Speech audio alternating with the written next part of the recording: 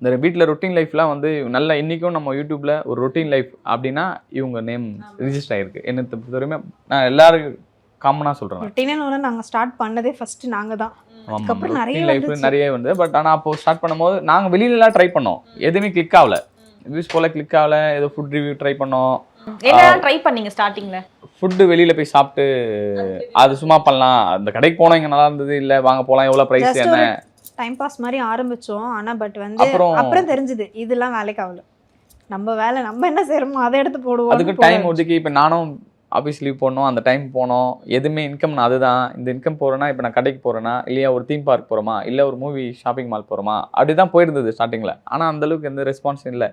அதுக்கப்புறம் யோசித்தோம், சரி நம்மக்கிட்டே இருக்கிற வேலை. ஏன்னா இப்போ இவங்க வந்து காலையில் டிஃபன் கடை அம்மாவை மட்டும்தான், அம்மாவும் இவங்க மர்ஜ் ஆகிட்டாங்க 2 பேரும். இவங்க ஒரு பார்ட் ஆஃப் ஒர்க்குனா அவங்க ஒரு பார்ட் ஆஃப் ஒர்க்கு. இவங்க காலையில் இருந்து அம்மா கூட ஒர்க் பண்ணி டிஃபன் கடையில் எல்லா வேலையும் முடிச்சுட்டு அவங்க ரெடி ஆகி இந்த மாதிரி இவ்வளோ வெளில வரதுக்கு 11 ஆகிடும். அனன்யாஸ் நானா நானி ஹோம்ஸ் கோயம்புத்தூர், இது எங்களோட பாரடைஸ்.